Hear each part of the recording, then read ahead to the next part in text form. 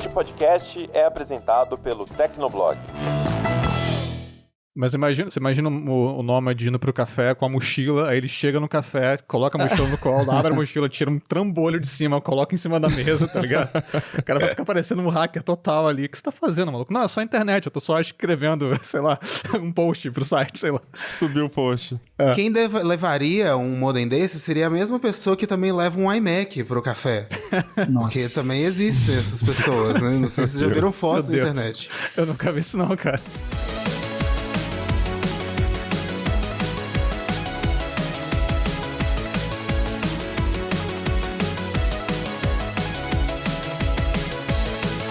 Olá, ouvinte! Seja bem-vindo! Está começando mais um episódio do Tecnocast. Eu sou o Thiago Mobilon. Eu sou o Tássio Veloso. Eu sou o Lucas Braga. E eu sou o Josué de Oliveira. O Brasil ganhou a sua primeira operadora de internet fixa sem fio. A Netlink chega ao mercado oferecendo internet de alta velocidade utilizando a tecnologia FWA, ou seja, aquela conexão que acontece via 4 ou 5G. No episódio de hoje, a gente conversa sobre essa modalidade de conexão à internet e se ela teria potencial para se popularizar e até concorrer com os planos de fibra ótica. Mas antes, não esquece de dar 5 estrelinhas pro Tecnocast no Spotify e no Apple Podcasts. Segue a gente na sua plataforma favorita e aguenta aí que a gente já começa.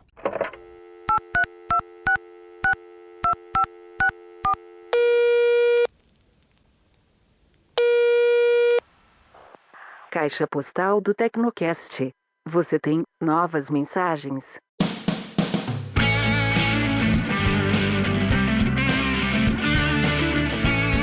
Caixa postal do Tecnocast, se você não quiser acompanhar com a gente, pode pular o episódio para 18 minutos e 47 segundos. Vamos lá, Josué, qual que é a primeira mensagem de hoje? A primeira mensagem que eu peguei aqui é sobre o episódio da semana passada, que a gente falou sobre o possível banimento do TikTok lá dos Estados Unidos. Foi um comentário deixado pelo Willy lá no YouTube. E ele falou o seguinte: o que a Charli D'Amelio deve achar disso? Tá só a pessoa mais seguida do mundo e ela é americana. Eu sei que pessoas que não são geração Z não devem fazer a menor ideia de quem é Charli D'Amelio, mas ela é um... então. O Mobilon não sabia nem pronunciar o nome quando ele... Eu li... Como é que eu falei? Charli D'Amelio. Charli D'Amelio. Ela é uma dessas criadoras de conteúdo que se popularizou no TikTok dançando. Aquela coisa bem clichê que a gente falou nos primeiros Tecnocasts sobre TikTok, que era a rede das dancinhas, etc., que caracterizou muito ali a rede durante um tempo. E eu acho que o que o Willy tá querendo dizer aqui é, pensando nesse contexto do TikTok ser banido dos Estados Unidos, você tem ali pessoas que são muito grandes no TikTok que são americanas, algumas das maiores. Ele citou aqui a Charli D'Amelio, ela de fato já foi durante algum tempo a pessoa com mais seguidores. Atualmente não é mais ela, é o Khaby Lame, que é aquele rapaz que só aponta pras coisas, tipo, ele nem falava nada no começo, ele só apontava assim com as duas mãos. Enfim, eu achei esse comentário interessante porque ele aponta pra essa coisa de pessoas que constroem audiências enormes dentro de uma plataforma só, né? Isso acontece com qualquer plataforma que se populariza, com youtuber assim, enfim. Só que acho que a gente nunca teve essa ameaça, talvez, do aplicativo ser proibido, por vezes, no próprio país onde essa pessoa nasceu e vive, né? A Charli D'Amelio é gigantesca no TikTok, hoje ela não faz só isso, mas imagina que ela e outras pessoas americanas que são muito grandes no TikTok podem ficar sem o TikTok, sabe? Que foi justamente onde elas conseguiram a fama. E isso é realmente muito doido de pensar. É a velha lição, né? Não dependa de uma plataforma, porque se você tá em um lugar apenas, você tá gerando conteúdo para essa plataforma. É por isso que o Tecnoblog é tão focado no site. A gente até tem os canais e tal, né? A gente dedica uma atenção, mas o nosso foco principal nunca vai ser uma plataforma específica. Sempre vai ter que ser uma estratégia complementar ao site, que o site realmente é nosso, né? A gente tem controle ali. E tem sempre aquilo de que, agora a gente tá falando do governo americano e essa lei, né? Mas tem sempre aquela coisa de que se uma coisinha modificada no algoritmo pela plataforma, a sua audiência que você já construiu ali pode de repente parar de te ver, né? Pode parar de entregar o seu conteúdo. A audiência não é sua. Exatamente. Acho que essa é uma lição importante para qualquer tipo de criador de conteúdo que tem muitos seguidores, ou mesmo que não tenha muitos seguidores, mas está começando ali a criar uma base, né, de pessoas que o conhecem numa determinada plataforma, YouTube, Instagram, TikTok, o que for, a audiência da plataforma, assim, tipo...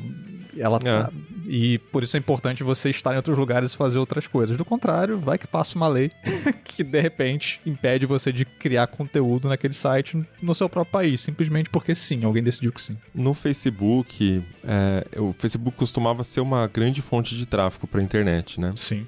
Eu lembro em 2012 até, nossa, o Tecnoblog bombava por causa do Facebook. A gente chegava a bater, sei lá, 1.000, 2.000 online só de gente vindo do Facebook, saca? Era muita gente. E às vezes numa matéria só. E depois ele foi cortando.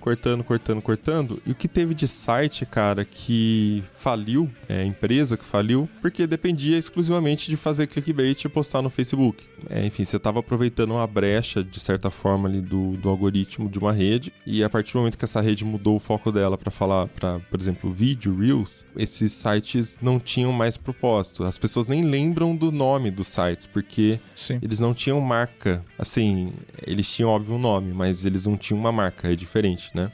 Assim como hoje, se, sei lá, o YouTube muda o algoritmo de recomendação e influencer XYZ de repente para de ter visibilidade, eu sei que poucos deles ainda vão ter um nome que vai ser lembrado. Sim. E ele vai conseguir lançar outras coisas de forma autônoma e levar audiência para esses canais. Mas muita gente só tá ali porque o YouTube fica recomendando mesmo, né? Não são pessoas que são lembradas de fato. E no TikTok essa dinâmica é ainda mais complicada porque o algoritmo te oferece tudo o tempo inteiro. Então mesmo que você não siga alguém, você tá vendo aquela pessoa. Então tudo é meio que conteúdo, assim. Você tá sempre consumindo conteúdo e às vezes é até difícil saber quem é a pessoa que tá criando aquilo. Então para essas pessoas, para esses criadores terem construído uma audiência tão grande no TikTok, é ainda mais notável nesse sentido, dada a própria dinâmica da plataforma, e aí naturalmente o tombo disso vai ser ainda maior. Assim, os que são grandões já conseguiram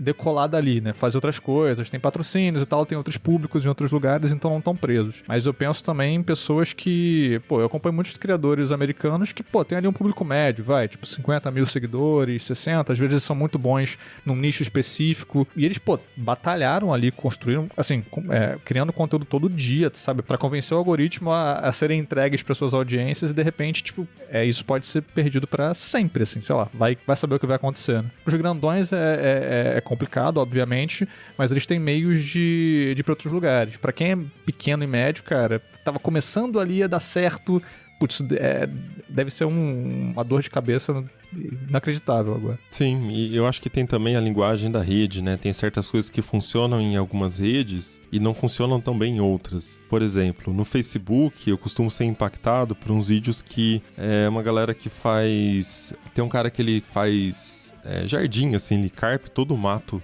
Carpe, né, interior.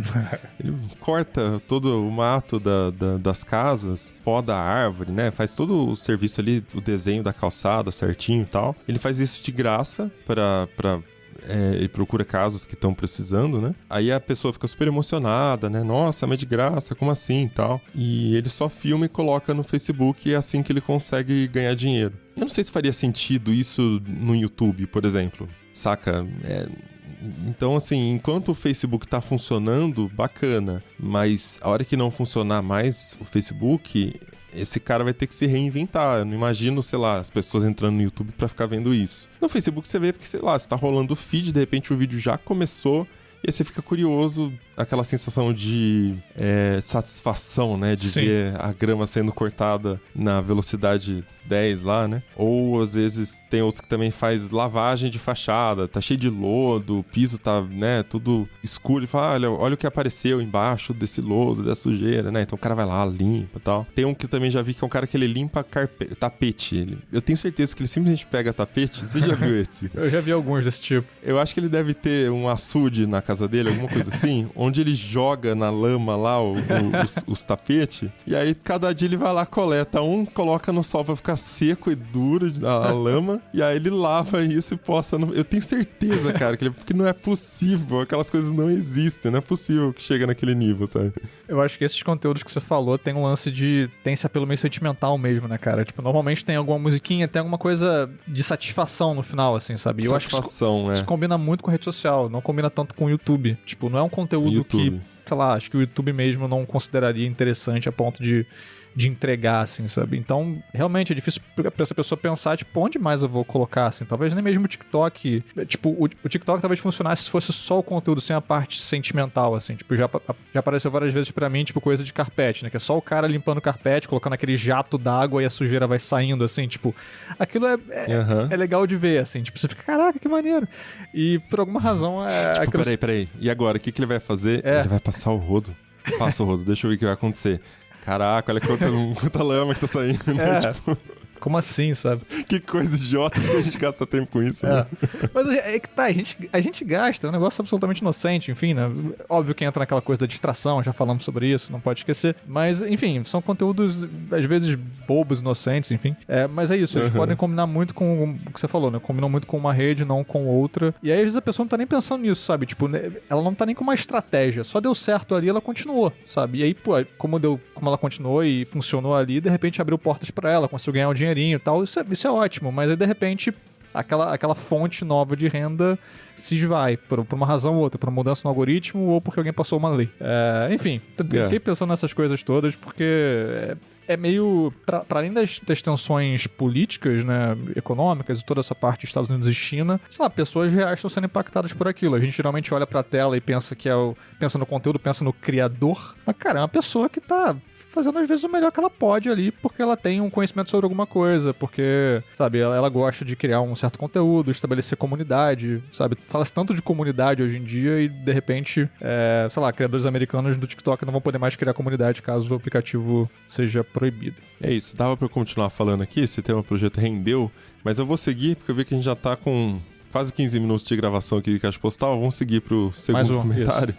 Esse veio do Telegram, do Thiago Souza. Ele diz o seguinte: sinceramente, eu já não vejo mais as atualizações do Android como fundamentais. Então tá falando do episódio da fragmentação do Android. E ele segue aqui: eu acho que a maioria dos usuários se importam muito pouco também, e eu não estou falando de updates de segurança. A impressão que eu tenho é que o sistema já está muito maduro há alguns anos, e os incrementos de versão após versão do Android já não têm o impacto de antigamente. Na maioria das vezes, o Google está adicionando nativamente ao código funções que já existiam nas distribuições das fabricantes há muito tempo, como modo escuro, modo desktop, etc. Até por isso que o frenesi por novas versões da One UI é maior pela versão do próprio Android. Meu último celular era um Mi 9T Pro, que esteve comigo e ainda está por 6 anos, e ele parou no Android 11. Sinceramente, não fazia diferença, nem ligava, só troquei pelo peso do hardware que começou a ficar defasado. Agora estou com o Pixel 8 e sinceramente acho bem capado. Volta e meia eu me pego tentando fazer algo que no Xiaomi eu conseguia fazer sem problemas. 3 versões do Android antes. Caraca. E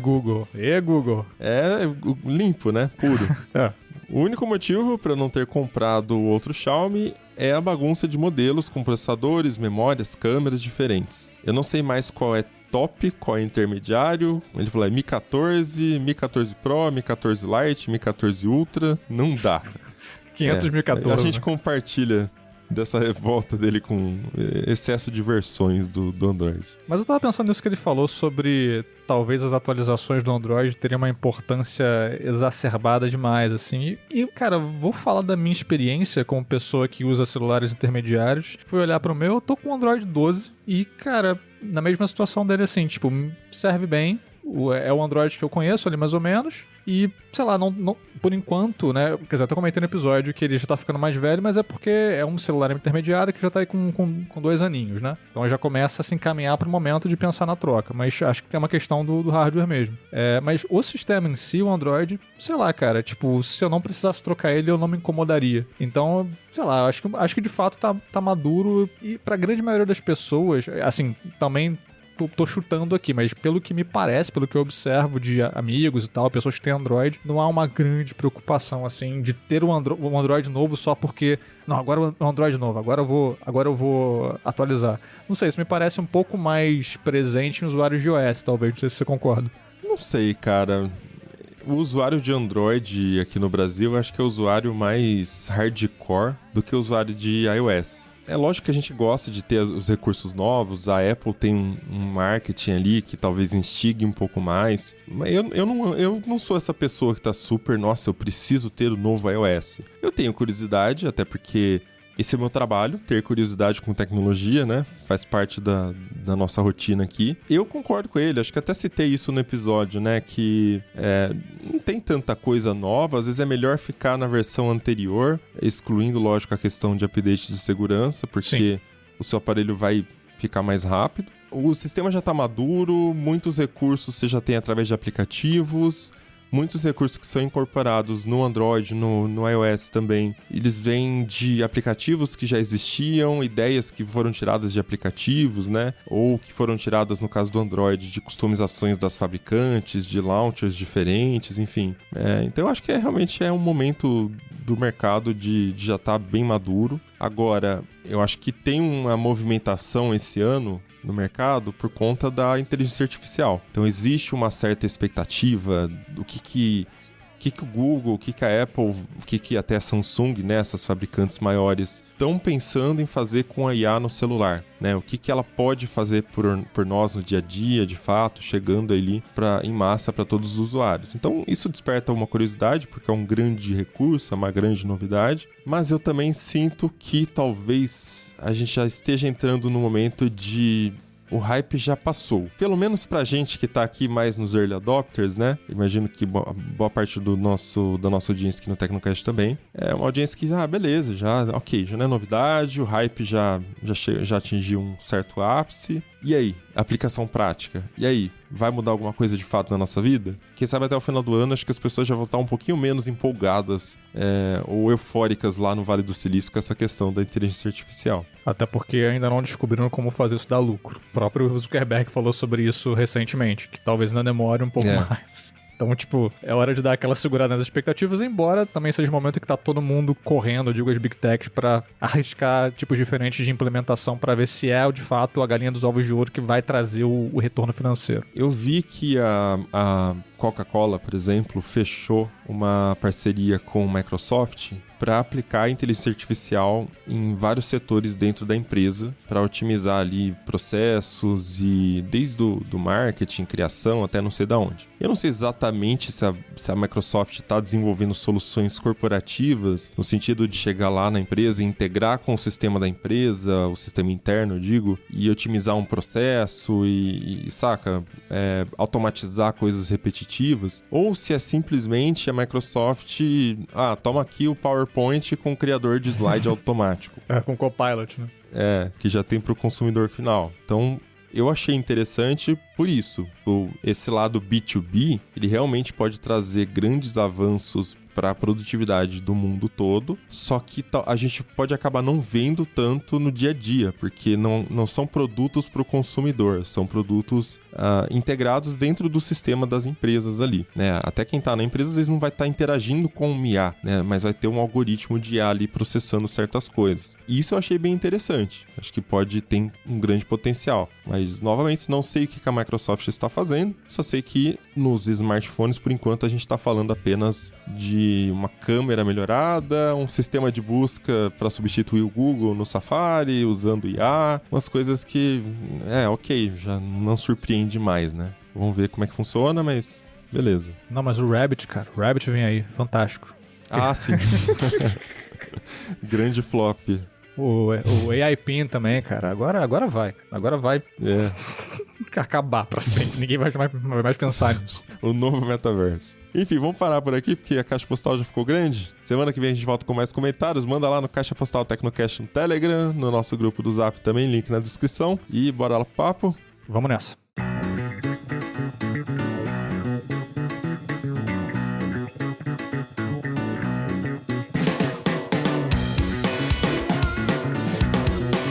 O mercado brasileiro acaba de ganhar uma nova operadora de internet fixa. Trata-se da Netlink. E o diferencial dessa empresa é oferecer banda larga através de uma tecnologia chamada Fixed Wireless Access, ou simplesmente FWA. Trata-se de uma conexão via 4G, 5G, o sinal chega ao local ali e depois ele é distribuído por um roteador, ou seja, é uma banda larga sem fio. Para começar essa conversa sobre os planos, o que é Netlink e o que isso muda, né, no mercado brasileiro, temos concorrentes aí para oferecer novos planos de banda larga, eu queria já começar puxando o Lucas Braga aqui para explicar, Lucas, o que é FWA. Ele não é internet fixa cabeada no sentido tradicional que a gente conhece, porque ele usa rede de celular, mas também ele não é considerado simplesmente uma rede móvel como seria a internet que eu tenho no meu celular, né?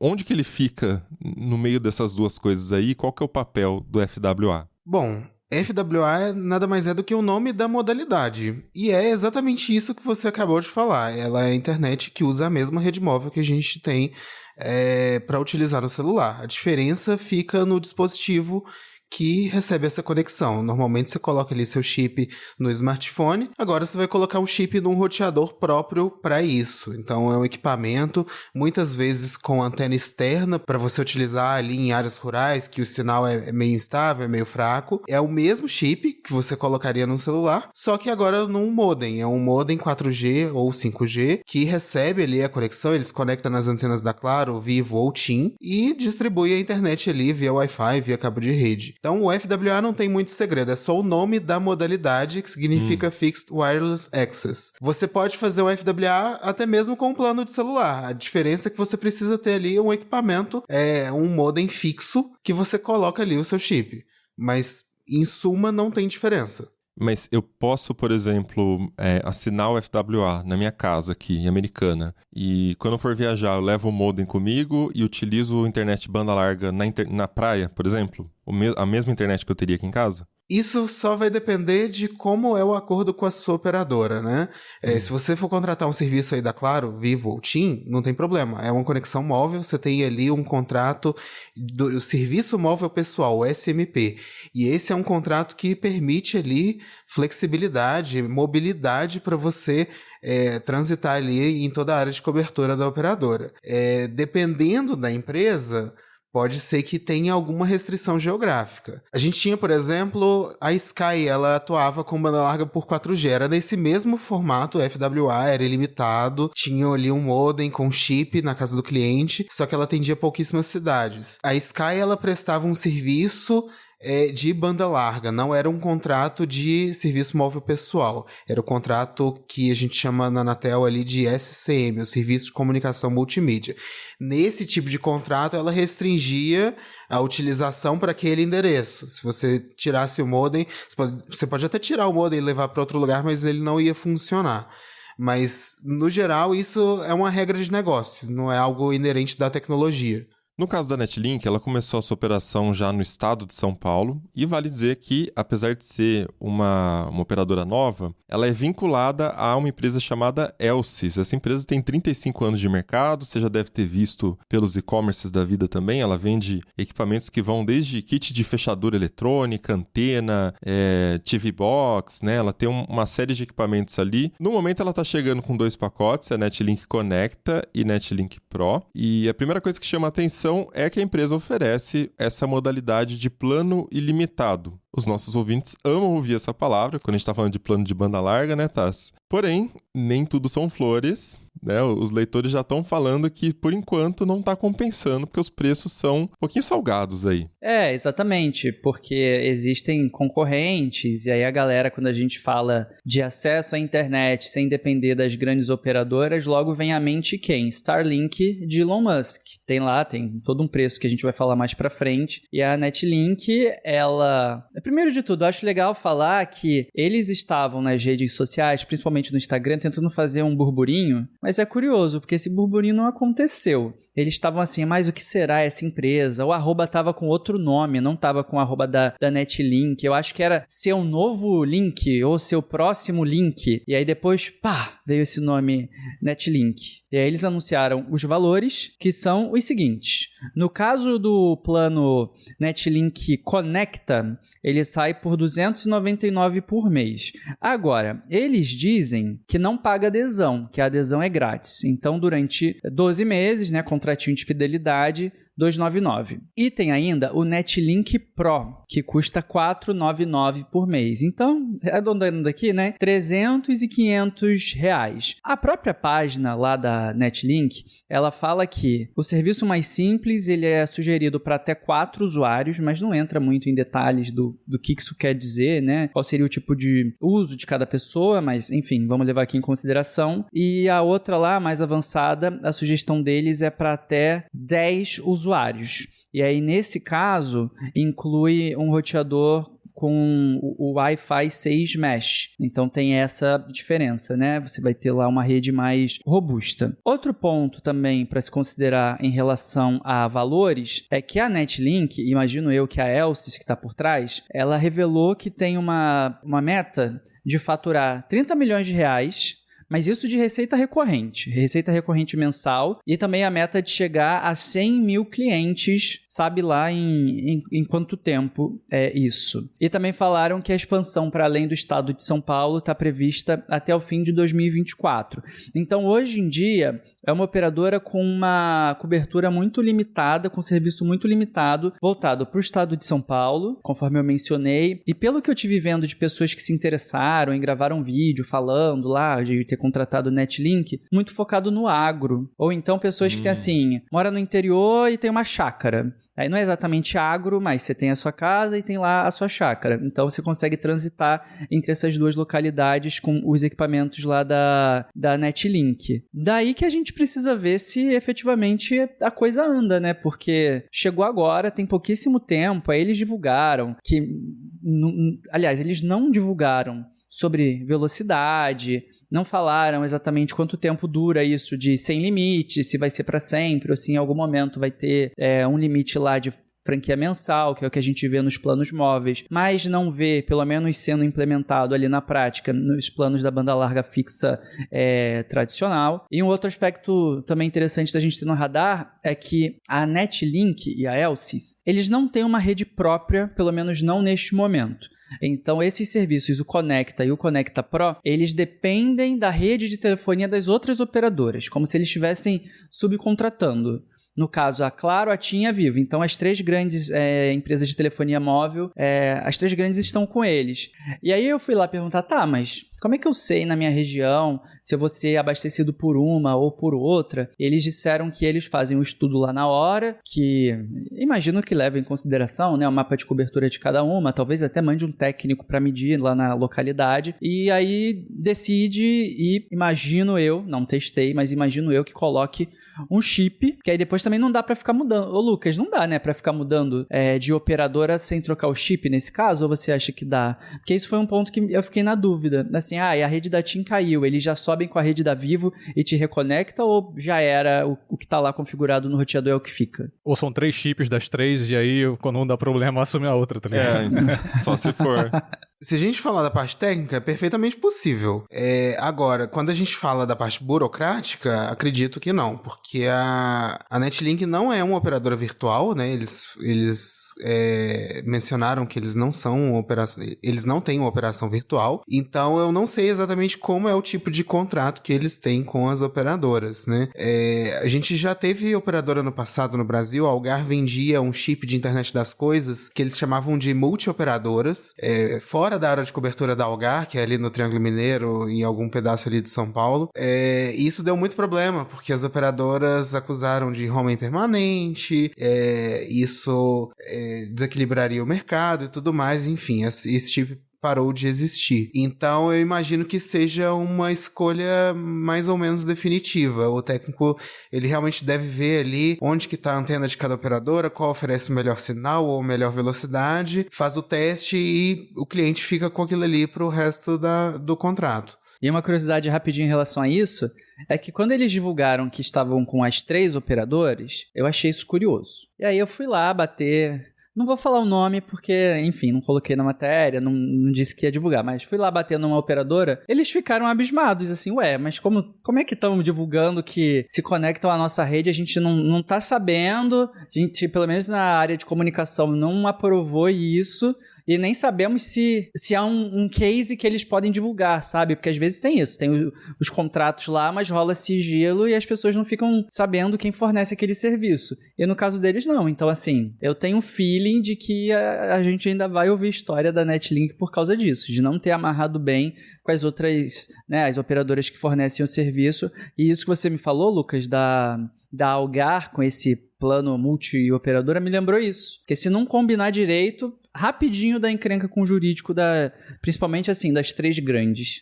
Depende de como que é o contrato. Na maioria das vezes, os contratos das operadoras não permitem que você revenda o serviço, né? Pode ser que ela tenha conseguido essa cláusula ali com as 3 operadoras e, de fato, as operadoras não ficaram nem sabendo. Porque se você faz um plano corporativo, por exemplo, você consegue contratar um serviço ilimitado ou então fazer um grande banco de pacotes de dados entre as linhas e deixa ali todos os dados compartilhados, e aí, enquanto uma pessoa ali só usa 10 GB, a outra usa 100 GB, mas você tem ali um plano ali de 110 GB, tá tudo bem, sabe? Então, é um pouco curioso essa questão, principalmente das operadoras realmente reclamarem, porque não foi um contrato muito bem feito, pelo visto, né?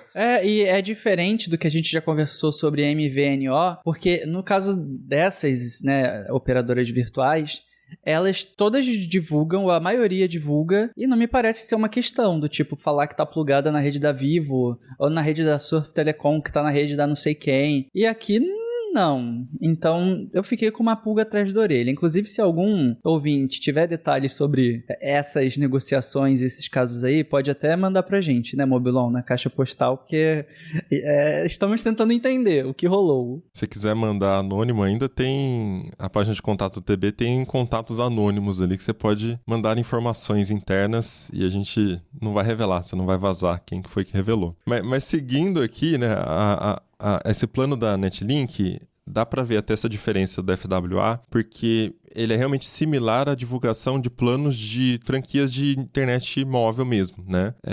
Quando você contrata o seu plano 4G, 5G, a operadora não costuma te falar, olha, você tem 500 megas, tem 100 megas de velocidade. Ela fala franquia, quanto que você pode trafegar. E é o que acontece também no caso da Netlink. Ela fala que é limitado, ela até coloca ali o perfil, é ideal para pequenos comércios, R$300, né? 299 o plano de entrada. Falar no WhatsApp, assistir filmes e séries, fazer videochamadas, fazer home office e uso em pequenos comércios. E aí o plano Pro, que é 499, eles falam em uso em comércio geral, então já não é mais pequenos comércios, com Wi-Fi Mesh, Wi-Fi 6 Mesh incluso, sugestão de até 10 usuários pendurados nesse Wi-Fi aí, o primeiro de até 4 usuários. Mas o plano de 500 eles já falam que é para escritórios, aplicações profissionais e até para jogos online, que é curioso, né? Jogos online pela rede móvel não costuma ser a modalidade predileta aí dos gamers. É que se for pegar no 5G, né, faz sentido, mas o que se desenha é um cenário de clientes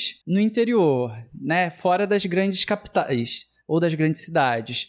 O 5G já vai rareando, vai ter mais o 4G. Aí a coisa não se sustenta nesse momento, né? Eu fiquei pensando nisso, assim, porque você falou que o perfil de público que você já tinha visto até o momento era a galera mais no interior, né? Mais pro campo e tal. E, sei lá, não me pareceu que isso estava muito no discurso deles, pelo menos não nesse momento. Pareceu que, sei lá, é algo que eles estão ainda, pelo menos propagandeando nesse momento como um novo modelo e tal, e tá aí.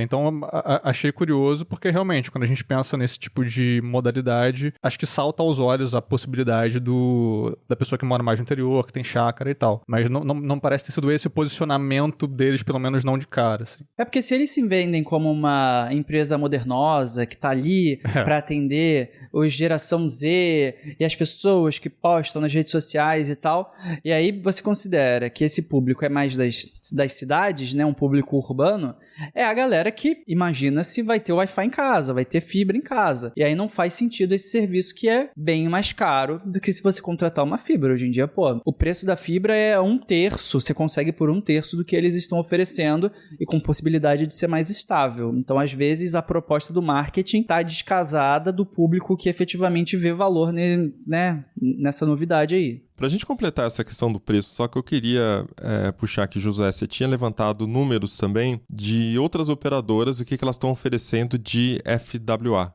Né? O que você encontrou aí? Então, as grandes operadoras já tradicionais já estão ali com um pé nesse modelo, né? A Claro começou a oferecer FWA no 5G no ano passado. Eles têm planos ali que tem 200 GB de franquia a R$ 199,90, ou seja, R$200. 200 GB de franquia a R$200. E o outro plano de 400 GB de franquia por R$400, R$399,90. Nesse caso, esse é um ponto importante, o usuário também precisa adquirir o roteador. E aí eles vendem a partir de R$ 798, esse valor é parcelado, né? Então também tem Geralmente isso. é o Intelbras.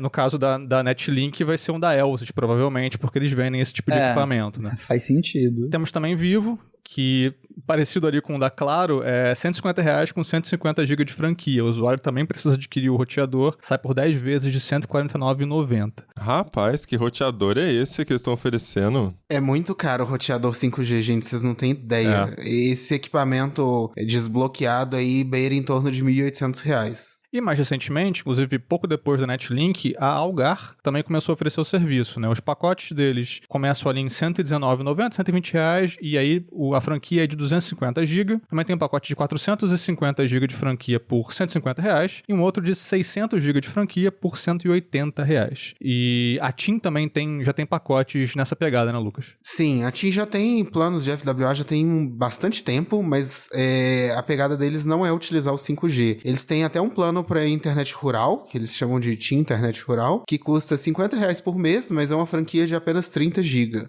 Se você for pro plano TIM Internet convencional, aí pode ser rural ou não, aí você tem a opção de 50 GB por R$80 por mês ou 80 GB por R$107 ao mês. Que, assim, para um uso residencial, eu acho insuficiente. O que me parece é que o diferencial dessa modalidade é realmente a mobilidade. Então, o jovem que está na capital e tem a opção de banda larga fixa, vai preferir banda larga fixa porque é mais barato. Mas o jovem que é nômade digital e gosta de ficar viajando, fazer home office, ou fazer rua office, né? Café office, enfim, tá por aí trabalhando... Ele pode preferir, de repente, um plano mais caro, mais salgado, que, enfim, é um trade-off, né? Vai pegar esse plano mais caro aí, mas ele tem a possibilidade de andar com um modemzinho, um roteador, alguma coisa embaixo do braço e onde quer que ele esteja, ele tem a garantia de ter uma conexão boa. É esse o único uso que eu consigo imaginar. O problema é que também tirando os casos que vocês citaram também de rural, interior, onde não tem outras opções de cobertura de fibra também. Mas eles só estão em São Paulo, né? No estado de São Paulo. Então esse público também não faz muito sentido, né? Eu quero ser nômade, eu não vou ficar só viajando em São Paulo, eu quero viajar em mais lugares. E aí eu acho que você tá equivocado, porque o nômade, com todo respeito, porque o nômade, ele vai pro café e aí ele não vai ficar gastando, ele se conecta no Wi-Fi do café. Aí o Wi-Fi do café é uma porcaria, tem alguém ali monitorando os dados dele, rouba tudo. E o aí café a pessoa acaba. Exatamente, é isso. É o nômade consciente, então. O nômade que se preocupa com a segurança demais, assim. Mas mas agora falando sério, você mencionou o aparelhinho, mas é um roteador grande. O que me pega é isso. Ele é enorme, é maior até do que um modem, assim, residencial desses que a gente conhece de operadora. Então, pra mim é um grande mistério. Quem vai se interessar. E eu não sei se esse da Netlink a gente teria mobilidade também, né? Porque, como eu falei, eles estão no contrato do SCM, que é um serviço de banda larga fixa. Eu acho que tem, porque no site eles falam pra usar onde quiser. Onde quer que você esteja, internet limitada. Então, imagino que seja... Ou ele pode falar onde quer que você esteja, porque chegamos até você, né? Mas não, dá a entender que... Dá a entender que é móvel. Mas você imagina o nômade indo pro café com a mochila, aí ele chega no café, coloca a mochila no colo, abre a mochila, tira um trambolho de cima, coloca em cima da mesa, tá ligado? O cara vai ficar parecendo um hacker total ali. O que você tá fazendo, maluco? Não, é só a internet, eu tô só escrevendo, sei lá, um post pro site, sei lá. Subiu o post. Quem levaria um modem desse seria a mesma pessoa que também leva um iMac pro café. Nossa. Porque também existem essas pessoas, né? Não sei se vocês já viram fotos na internet. Eu nunca vi isso não, cara. Tem uma estimativa da Ericsson que o Josué levantou aqui para a pauta, é a estimativa do ano passado aqui. E eles falam que o Brasil tem uma oportunidade grande, um potencial para o FWA, que é composto de 9,5 milhões de conexões, e esse número está dividido entre dois grupos, segundo as estimativas da Ericsson, tá? 3,5 milhões de residências que contam com banda larga via par metálico, né? Então ainda estão com aquela tecnologia muito antiga, não chegou fibra, não tem outra opção. Eles citam até a questão de baixa velocidade, frequentemente afetada por vandalismo, roubo de fios de cobre. E o segundo público, esse é o maior, são 6 milhões de residências e pequenas empresas que hoje estão desconectadas. Então realmente não tem uma opção, tem renda para contratar esse tipo de serviço, estão localizadas em áreas onde existe ou vai existir cobertura 5G, então geraria um faturamento potencial aí na ordem de 10 bilhões de reais por ano, segundo a Ericsson. Então imagino que talvez seja esse o público que a Netlink está em mente aí quando ela lança esses planos. Agora, o que pega é realmente a questão do preço, né? R$300, por mais que seja uma internet ilimitada, é bem acima dos planos que a gente vê de banda larga, até hoje em dia com a popularização de internet de operadoras pequenas no interior. Só que isso também costuma ser uma coisa, né, Lucas, que com o passar do tempo barateia a tecnologia e a gente tem ofertas mais baratas, né? Será que dá para esperar isso no intervalo de quanto tempo para essa modalidade? Olha, é muito difícil pensar em preços mais baixos na telefonia móvel, porque a gente pode pensar em pacotes de dados maiores, mas eu vou falar uma coisa que eu também falei no último TecnoQuest que eu participei sobre 5G, que é a falta dos planos ilimitados das próprias operadoras. Enquanto isso não acontecer, eu não vejo nenhuma forma de a gente ter uma redução aí no custo mensal para ter um tipo de conexão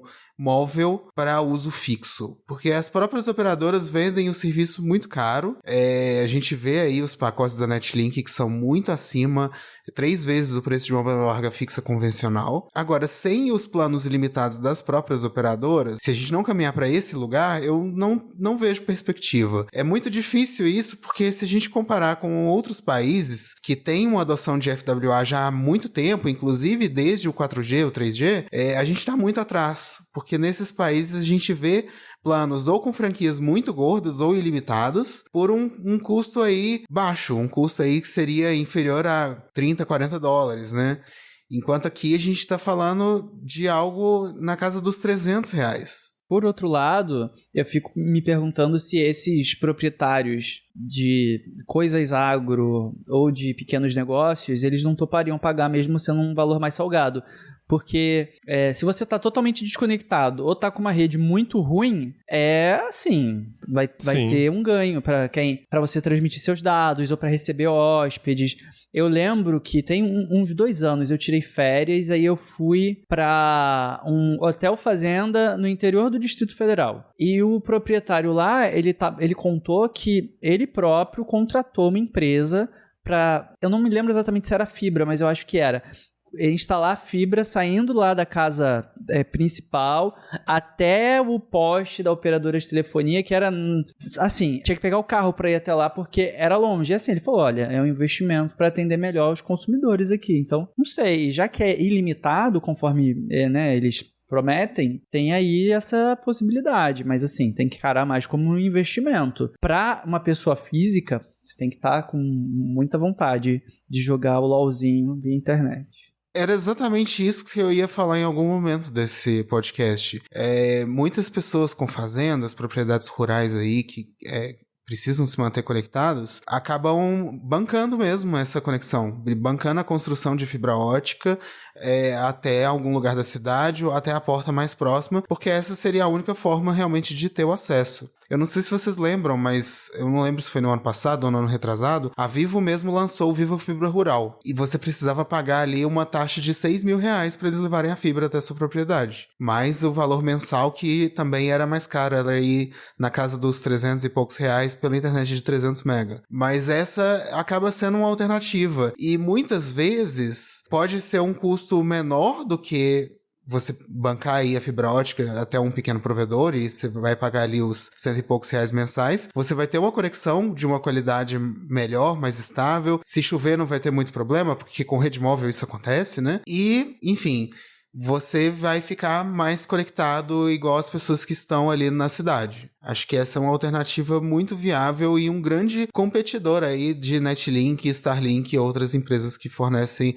acesso para áreas mais remotas. E outra possibilidade também é de usar essa tecnologia para fazer o SD-WAN, se não me engano. Que aí você tem uma rede principal e utiliza essa como uma rede de redundância. Mas aí, de novo, a gente já está falando de uma proposta mais empresarial, né? Para uma pessoa física, sei lá, vai que... Se é uma pessoa física que é um profissional autônomo que decidiu trabalhar só de home office, mas atende...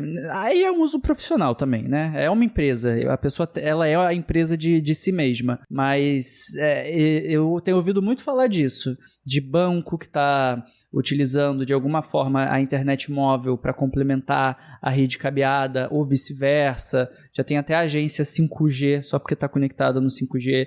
Então, nisso também vai abrindo outras oportunidades. Mas, principalmente na comunidade do TB, a galera tava comentando o seguinte: tá, aí eu vou lá, eu moro numa região distante. E aí eu pego esse serviço, mas eu não tenho certeza de que o 5G ou 4G realmente chega onde eu moro. Talvez esse seja o ponto de maior fragilidade, assim, pra mim. Que é um negócio que falam também de usar o 5G ou 4G FWA na Amazônia, porque eu já ouvi isso. Gente, se não está chegando a fibra com a torre em determinado lugar, não adianta você comprar o equipamento com roteador, porque não vai ter sinal de toda forma, e realmente tem que ir pro satélite. Mas vira e mexe, tem operadora que fala mais ou menos, né, dessa forma, tenta empacotar assim o serviço, e aí quando você vai ver do ponto de vista técnico, é um negócio que não se sustenta, não tem lógica. Então, realmente, eu queria saber os números da Netlink, quantas pessoas já se interessaram e contrataram. Quando eles ouvirem esse podcast,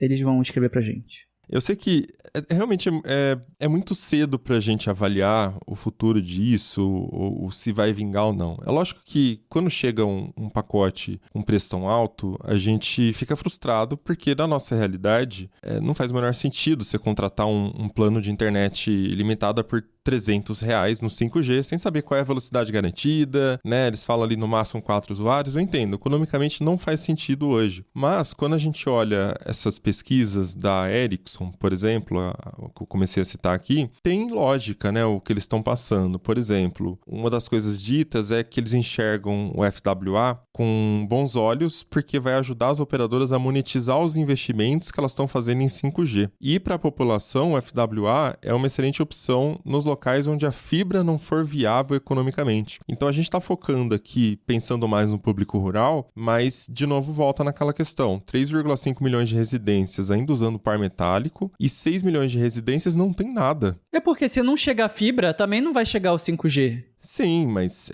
é uma oportunidade. Se você está investindo, se você está chegando com mais clientes que tem uma demanda para o 5G, isso já financia para as operadoras o investimento para expandir o 5G e chegar nesses locais, às vezes antes da fibra, entende? Esse é o caminho que eu estou entendendo que a Ericsson imaginou. Uma outra pesquisa até que o Josué trouxe também da Ericsson, eles pegaram 19 países com 23.700 pessoas entrevistadas, tá? Faixa etária entre 15 e 65 anos, mercados que somam 370 milhões de domicílios e 1,2 bilhão de pessoas no mundo todo. Na primeira etapa, eles falam aí de Brasil, Índia, Nigéria, Indonésia e tal, sobre 5G. E ela diz que mesmo comparando a fibra, essas famílias pesquisadas, elas se mostraram mais satisfeitas com a conexão via FWA 5G, levando em conta o tempo de entrega, condições contratuais, a qualidade do equipamento e nível de custo. E aí já considerando aspectos como velocidade, cobertura interna, segurança, a satisfação dos usuários da FWA 5G se mostrou próxima à satisfação de quem tem a fibra quando está falando de desempenho da rede e tal. Enfim, então me parece que as pessoas se interessam por essa comodidade. A gente sabe que infraestrutura de fibra também é uma coisa cara, difícil de chegar, mas as empresas estão se financiando também por esse método de alugar a rede para outras operadoras trazerem. Então esse método funcionou para a fibra, né? Essa quantidade de operadoras de pequeno porte no interior, oferecendo planos super competitivos que eu vi aqui no interior outro dia, em Americana, 600 mega de uma operadora por R$99, fui ver na fibra, era 500 mega por 120, sei lá, reais. Eu não lembro o número exato, tá? Mas tinha uma diferencinha pequena do preço e a velocidade aqui da operadora local era maior. Então, enfim, eu vejo com certo otimismo, porque me parece uma oportunidade, sim, para ter mais investimento em 5G, começar a fomentar um mercado e que tem um benefício claro para o cliente, que é o de, cara, você pode usar onde você quiser. Talvez não no sentido de nômade que eu tava falando, né? Do café, de levar pro café, né? Não no sentido de levar o iMac, né, Lucas? Mas pro café.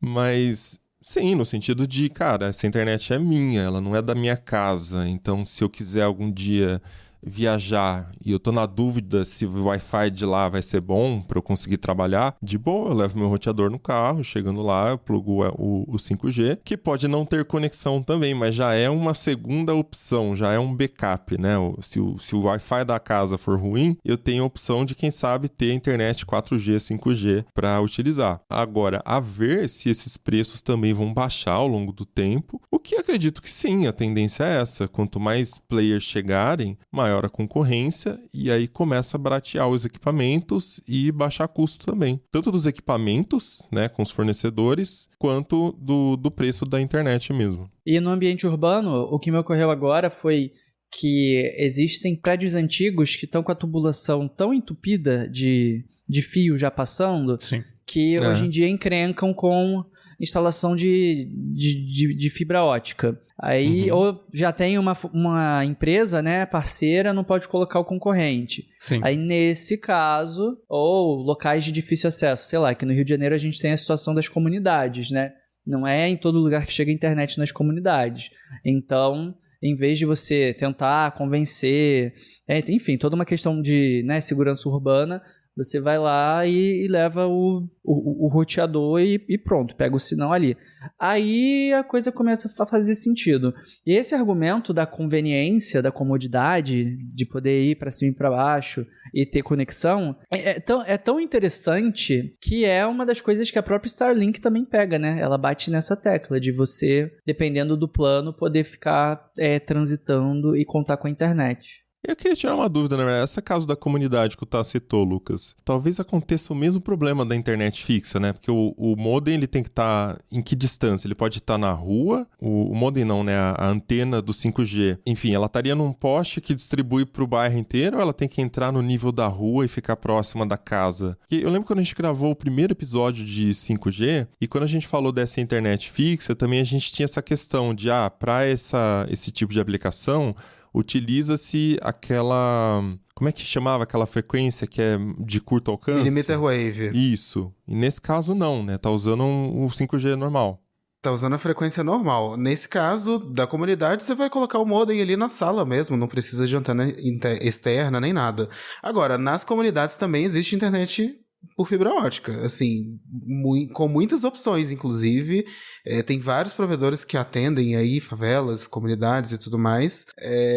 Não acho que esse seria uma grande opção para quem mora nessas regiões, até porque se todo mundo utilizar o acesso móvel, também fica congestionado, Sim, né? Mas eu acho que se autorregula, porque a partir do momento que você está usando um serviço e ele começa a ficar sobrecarregado, primeiro tem a questão de trabalhar com várias operadoras. Se fosse só a Netlink, vamos supor, a própria Netlink vai falar, peraí, a nossa rede ali da Claro já está sobrecarregada, novas instalações, vamos usar TIM, vamos usar Vivo, né? Então, não é bem assim. É muito difícil você prever numa rede móvel se ela vai estar sobrecarregada ou não, porque nesse caso, além de você levar em conta as conexões fixas, você também tem que levar em conta todos os celulares que estão ali. Porque a rede é a mesma, é compartilhada ali com todo mundo. Sim, mas eles têm como saber estatisticamente que não está funcionando bem a região. Mas você conseguir melhorar o serviço é muito complicado numa rede móvel, porque você ter uma licença para instalação de uma nova antena é muito complexo. Não, mas a Netlink, eu tô falando, eles podem simplesmente, se tiver algum cliente novo na região, eles estão vendo já que os clientes que estão usando Claro estão com problemas, estão acionando o call center, ou no roteador eles têm algum medidor que manda dados. Então novas instalações, vamos instalar TIM, né? Vamos instalar Vivo, por exemplo, usar a rede da Vivo. É tudo Netlink, se a gente tá falando que ela usa várias redes diferentes. E o próprio usuário também se autorregula, igual a gente faz com a internet fixa. Se começa a ficar muito ruim, por exemplo, na pandemia. A internet da NET estava horrível em todo lugar que a NET atendia, por conta da tecnologia, que você explicou bem na época, né, Lucas? Que chega no poste, distribui para a rua a velocidade do poste, de repente está todo mundo em casa, fica todo mundo pendurado e não dá conta ali de atender a região. Então muita gente começou a assinar fibra e cancelar net. E aí desafoga um pouquinho a rede da net e vai um pouquinho para fibra. Entendeu? Então eu acho que essa questão de ficar sobrecarregado meio que acaba se autorregulando por alguns caminhos diferentes.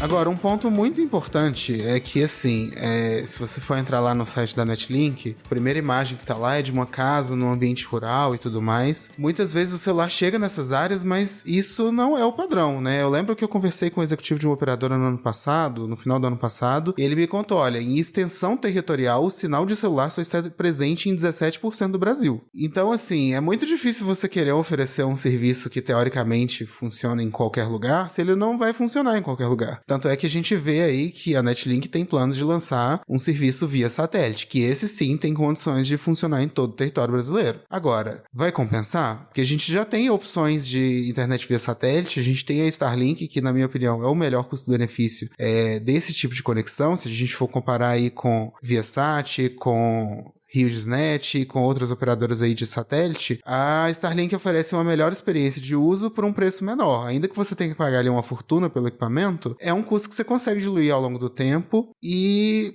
vai te trazer um retorno. Eu fico exatamente numa situação de até que ponto esse serviço realmente vai ser viável para eles conseguirem aí atingir esses tantos milhões de consumidores que eles querem, se nem a rede existe. Eles vão lançar satélite ou vão fazer parceria com alguma rede da Hughes, por exemplo? Então, não sabemos. Não tá claro. Não sabemos. Eu imagino que eles devem revender um satélite já existente, porque você desenvolver um satélite, lançar um satélite ou alugar uma capacidade é muito caro. E é um investimento que hoje em dia não justifica. É melhor você fazer parceria com a empresa existente. E essa empresa pode ser até mesmo a Starlink, tá? Tem empresas que revendem aí o serviço da Starlink. Então, eu fico assim... Quando eu vi que eles lançaram o serviço, eu falei assim, tá, legal, mas e na prática? Será que vai mesmo? Porque eu acho que não vai, não. Eu só queria deixar aqui mais uma informação, né, sobre a questão de redução de custos. Aqui é uma fala do Marco Schaeffer, que é vice-presidente de redes e serviços gerenciados para o sul da América Latina da Ericsson. Ele cita que uma das operadoras indianas, uma das maiores operadoras lá, eles têm uma operadora indiana lançando o FWA, eles querem atingir 100 milhões de assinaturas nos próximos anos. A gente está falando de Índia, um país com mais de 1 bilhão de habitantes, né? É um país que tem vários desafios também. E a gente está falando da Jio, que é uma operadora que revolucionou o mercado indiano, assim. Eles eram entrantes e conseguiram a liderança do mercado, que eles abaixaram muito o preço do serviço. Aí, Netlink quer isso. Só falta baixar o preço do serviço agora. Isso. Já entrar no mercado, fase 1, fase 2, abaixar muito o preço do serviço. Vai lá, galera. Aí que tá o ponto. Ele diz que se ela conseguir atingir 100 milhões de assinaturas, isso deve reduzir consideravelmente o custo dos aparelhinhos. E isso também gera impacto aqui no Brasil, né? Porque o fornecimento de peças é internacional. Mesmo que seja montado aqui no Brasil, alguma coisa é internacional. Teve a Intelbras também homologando modem de 5G FWA esta semana aqui no Brasil, né? O Tecnoblog deu a notícia lá com exclusividade. Não é bem dela, é um que ela licencia. É um modem da Casa System. Mas o ponto é que meio que tá começando ainda. Tá caro, mas tá começando. Então vamos esperar, porque tem sinais de que pode baratear e pode ficar mais competitivo nos próximos anos. Ou então essas empresas todas vão dar com a cara na porta. E faz parte também. Isso também é processo de inovação e de empreendedorismo. Nem todas as ideias dão certo. As próprias operadoras falam que um dos principais gargalos do FWA é justamente o preço do equipamento. Que isso precisaria realmente baixar muito para valer a pena. Assim, eu acho muito caro mesmo um modem 5G. Eu acho que é um preço que nem faz sentido, considerando que tem celular que custa menos do que isso, tem a mesma capacidade de se conectar ao 5G, e tem outros elementos que até custariam mais dinheiro, como tela, câmeras e etc. A questão toda é a demanda, né? A demanda dos celulares é muito maior. Isso. E por causa disso o custo do celular é muito menor. Ao mesmo tempo, eu não vejo um cenário em que a demanda do 5G FWA seja maior ao ponto de justificar a queda do preço dos modems, porque o preço dos modems é tão alto que ele acaba inviabilizando o 5G FWA. Fica um ciclo difícil de quebrar, né? E mesmo nos modems 4G, eles também são bem caros. Aí tá na casa aí de uns R$500 cada modem. Também, novamente, é um tipo de produto que não tem muita demanda. E se tivesse mais demanda, ele seria mais barato. Mas a gente precisa fabricar essa demanda para que o preço do equipamento caia, né? A questão é que, assim, isso é uma questão básica de oferta e demanda, ovo e galinha, né? Você não lança um produto sem ter uma previsibilidade do quanto que você vai vender. Pode dar certo, a previsão pode acertar, pode errar,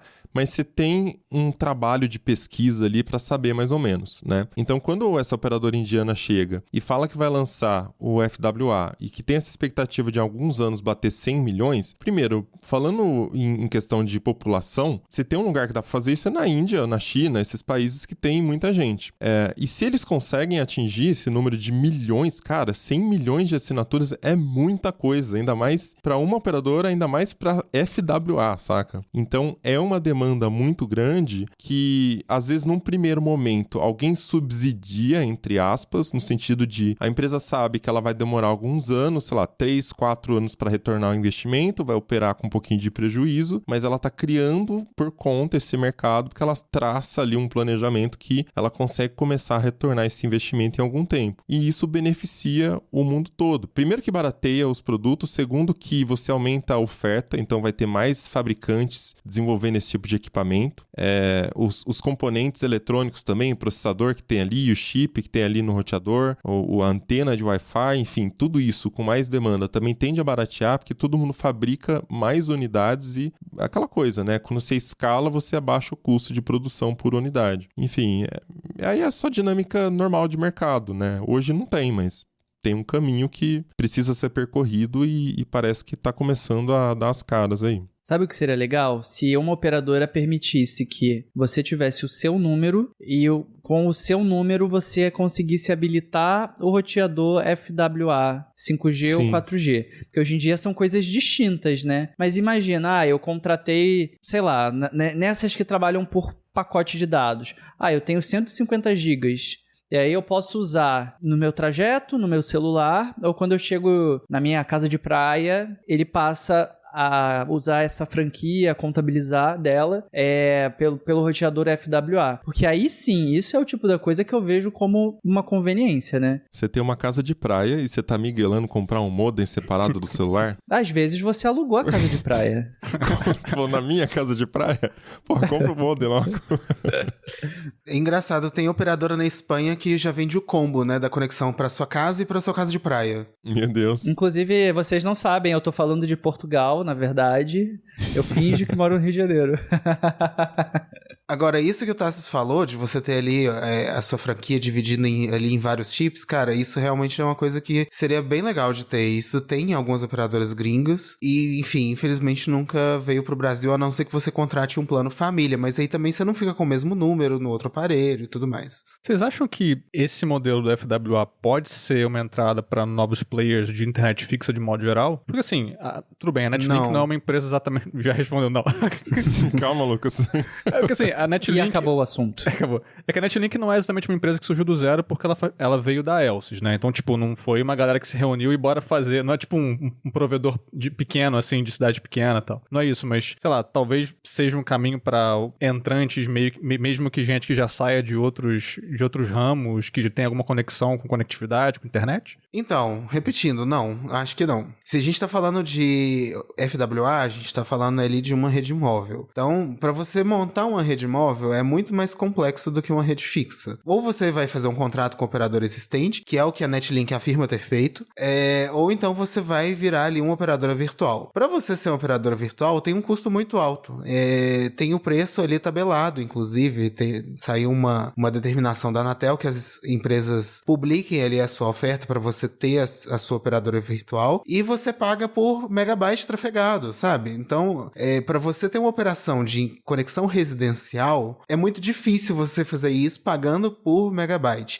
Aqui eu vou tirar uma aspa do CEO da BrisaNet, que é uma operadora que atua no Nordeste como internet de fibra ótica e está fazendo agora com 5G. Ele afirmou o seguinte: principalmente nas famílias de baixa renda, o consumo de dados pode ultrapassar 1 terabyte, porque o lazer dessa família é a internet. Então, como que você vai trafegar ali 1 terabyte numa rede 5G pagando por megabyte trafegado? Hoje a gente tem, considerando aí as operadoras de fibra ótica, a gente tem mais de 10 mil provedores no Brasil. Então a gente caminha para o lado oposto, a gente caminha para consolidação, para essas operadoras se juntarem, porque muitas têm operações tão pequenas que o negócio acaba não sendo muito viável a longo prazo. Então a gente está enxergando esse momento de consolidação do mercado para ter sustentabilidade a longo prazo dessas operadoras. Então, assim, pode ser que surja mais um ou outro concorrente aí da Netlink? Claro, com certeza, mas fomentar a criação de novos provedores, eu não vejo isso tão cedo. Vocês não acham que a gente tá num momento diferente do que a gente viu, sei lá, quando a gente falava disso em 2015? Porque, cara, de repente, nas operadoras móveis, a gente tem MVNOs. Várias coisas saindo. Conversamos recentemente no Nubank, né? Lançando a sua conexão também. Mesmo sendo MVNO, não tem problema. É uma forma, como falamos aqui, de financiar a rede da operadora. É uma forma de concorrência também, porque ele traz uma marca que é muito forte e não tem que se preocupar com a parte da infra. Só lembrando que nada foi anunciado, tá? Por enquanto são as pistas, no caso da Nubank.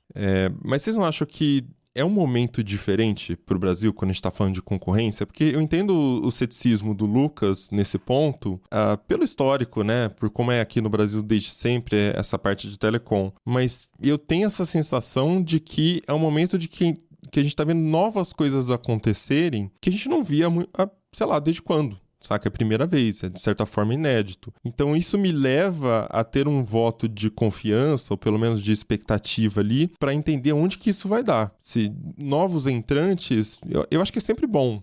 Tá caro ainda, tal, mas eu acho que de repente a situação pode começar a se desenhar e a gente pode ver coisas diferentes acontecendo, como aconteceu de novo com a internet fibra, com as operadoras do interior. Eu concordo com a sua visão. Num contexto mais amplo, sem entrar tanto no detalhe técnico, o próprio pessoal das operadoras, eles têm admitido que nos últimos tempos tem rolado uma comoditização do acesso à internet. As operadoras estão buscando lucratividade, rentabilidade de outras formas e tal, mas você consegue, aqui entre muitas aspas, contratar uma rede para alguma coisa e fornecer o serviço do jeito que você quiser, o que antes era mais difícil. Aí fica dependendo de pessoas com boas ideias e com capital para criar uma solução efetivamente atrativa. A gente não sabe se vai ser o caso da Netlink, né, que tem sido o assunto principal do podcast de hoje, mas aí sim, Nubank. A gente não sabe o que a Nubank vai inventar. Vai que eles fazem uma MVNO misturada com acesso via satélite, vinculado à conta, e aí se você gasta no cartão de crédito, aquilo vira megabytes de cashback. Exatamente. O pessoal do Nubank ouvindo e anotando as ideias do Thais aqui. A gente já vai patenteando tudo. Mas o Lucas estava revoltado aí, diga. Assim, eu não tenho eu não tenho tanta esperança, na verdade, porque a gente acabou de sair de um processo de consolidação de operadora móvel, né? Então a Imóvel foi fatiada aí entre Claro, TIM e Vivo. O que aconteceu? Os preços aumentaram, surpresa, né? Todo mundo imaginava que ia baixar? Claro que não, é lógico que ia aumentar o preço. Então, todos os operadores estão aí aumentando os preços, mas ao mesmo tempo eu não consigo muito ver espaço para uma nova operadora. A gente tem um mercado de MVNOs no Brasil já há um tempo, é um mercado que nunca decolou para a utilização de pessoas físicas, ele é muito importante para internet das coisas e tudo mais, mas com essas ofertas tão engessadas das operadoras principais, eu não vejo muito caminho para uma operadora lançar um serviço que seja mais atrativo do que os das próprias operadoras, sabe? Talvez não tenha decolado ainda MVNOs. Só é esse comentário que eu queria fazer, porque às vezes não teve nenhuma marca muito importante, muito relevante, demonstrando interesse em criar uma operadora, entrar nesse segmento. Se for confirmada, por exemplo, a entrada do Nubank, né, com o TB deu ali com exclusividade, matéria do Lucas e do Everton, quem sabe Pode ser uma marca de peso que traz a comodidade do digital, uma marca que é amada pelas pessoas, apesar de ser um banco, né? Tem uma imagem muito positiva entre jovens, enfim. Eu acho que tem um caminho para ser trilhado ainda. Talvez ninguém tenha se arriscado, ninguém relevante tenha tentado, porque, porra, vai competir com Laricel, saca? Correio celular, supermercado, sei lá do quê. Eu vou trocar, claro, por correio celular, vou trocar Vivo por correio celular, não vou, sabe? Correio, pelo amor de Deus, né? Fama de perder encomenda de todo mundo, extraviar, enfim, não é a melhor marca quando eu vou falar de confiar, de ter plano de dados, de ter a garantia da minha conexão onde quer que eu esteja. Agora, o Nubank eu confiaria. Eu trocaria, mesmo sabendo que é o MVNO, é uma marca que eu confiaria de usar. Nem que seja pra experimentar, né? Eu não tô falando de cobertura, não tô falando de qualidade técnica, porque aí o que vai depender é quem tá fornecendo a MVNO e também o acordo do Nubank com essa MVNO, né? Pra saber se funciona bem ou não. Mas, enfim, é isso. Eu acho que tem coisas que podem acontecer ainda que não aconteceram. O problema é o seguinte, o problema no final sempre vai ser o preço. Eu acredito completamente nessa comoditização da internet, ainda mais agora com essas redes neutras, assim. Se você contrata qualquer operadora da Vital, a experiência de uso de internet, seja com a Oi, seja com a TIM, seja com Óbvio, seja com qualquer outra que oferece ali, vai ser exatamente a mesma. Com as MVNOs, não muda. Você vai ter ali a mesma rede, a mesma cobertura, não vai ter muito diferencial ali no serviço. O que manda sempre é o preço, né? Se você tem a mesma qualidade, você vai optar pela opção mais barata, pela oferta que vai te atender melhor. E, assim, a minha última esperança é realmente o Nubank. Eu vou ser bem honesto com vocês. Eu não vejo muito mercado para as MVNOs, porque são poucas as operadoras que têm um modelo disruptivo. A Vic é uma delas que tem ali um plano gratuito, por exemplo. Mas também é uma empresa de internet, né? Não tem grande presença no público, não vende chip na banca de jornal, não tem a mesma força de uma grande operadora. Mas pensando em comoditização, o que vai chamar a atenção realmente não é diferencial. Legal, trouxe uma conexão grátis ali, mas comoditização é o momento de simplesmente, cara, é igual de todo mundo. Não é realmente comoditização porque tem diferenças de cobertura, de qualidade, né? Mas, de certa forma, é isso. Tanto faz a conexão, se todas funcionam aqui, tanto faz, né? Qualquer uma que for mais barato. Mas pensa que se um Nubank entra, de repente o Banco Inter vai querer também, né? De repente... O Banco Inter já tem, inclusive. Então, olha aí, de repente o Itaú, sei lá, né? Então, é aí que tá, de repente você começa a ter mais players. E mais players significa o quê? Queda de preço, porque aumenta a concorrência. Então, uma coisa meio que pode levar a outra. Eu não sei se já foi confirmado, mas no ano passado tinha toda uma conversa que a Amazon estaria negociando com operadoras para também oferecer pacotes de conexão para os assinantes do Prime, ou seja, seria um MVNO da Amazon. Então, pensando lá aqui... nos Estados Unidos, né? Isso, nos Estados Unidos. Pensando aqui em marcas, que a gente falou do Nubank, né? O Nubank é uma marca que as pessoas confiam. Sei lá, imagina se uma empresa tipo Amazon passa a oferecer algo parecido, assim. Tá falando dos Estados Unidos inicialmente, ok, mas o Prime é uma marca mundial. Faz sentido. E a gente, querendo ou não, a gente acaba se inspirando, né? Tipo, o Mercado Livre... completamente inspirado no modelo do Prime, né? Você vai lá, faz parceria com Disney para oferecer streaming, frete grátis. Então, é completamente baseado no modelo Prime que começou lá fora, com a Amazon Prime. Então, é bem possível que em algum momento pense nisso como uma forma de se diferenciar, de ter mais gente assinando, né? É o momento das assinaturas. E as empresas estão cada vez pisando um pouquinho mais na área da outra ali, para conseguir agregar mais serviços e conseguir conquistar mais assinantes. A gente falou do Nubank, será que tá virando um super app? Ah, mas falta isso aqui. Aí você pega o Mercado Livre, será que tá virando empresa de streaming? Ah, mas falta isso aqui, né? Então a hora que você vê, tá todo mundo meio que terminando no meio do outro, né? E agregando mais serviços ali. E pelo jeito, essa nova commodity pode fazer parte desse cardápio dessas empresas também. Então é isso, vamos chegando ao final de mais um episódio do Tecnocast. Aí conta pra gente o que você achou, né, desses planos da Netlink. A gente sabe que tá caro, né, ainda tá muito fora da realidade, mas vocês se imaginaram usando esse tipo de serviço? Conta pra gente a situação, né, quem é você, qual é o seu perfil, pra gente entender também quem é o público-alvo desse tipo de plano. Mas a gente também quer saber o que você acha dessa discussão toda. Será que o FWA pode ter um futuro diferente aqui no Brasil, um futuro a nível de concorrer com uma banda larga, quem sabe, ficar mais barato, ter mais competitividade aí. Manda pra gente seus comentários na caixa postal Tecnocast lá no Telegram ou comenta pelo Zap também no nosso grupo. O link tá na descrição deste Tecnocast. Se quiser continuar um papo com a gente em todas as redes, eu sou @mobilon. Eu sou @Tassius, THASSIUS. @Lucas Braga. E @Josué de Olive com V mudo no final. E este Tecnocast vai ficando por aqui, voltamos com outro semana que vem. Até lá! Cruze, cruze, cruze. Tchau. Tchau, pessoal. Tchau, Cruz. O que é Cruz? Tchau, gente.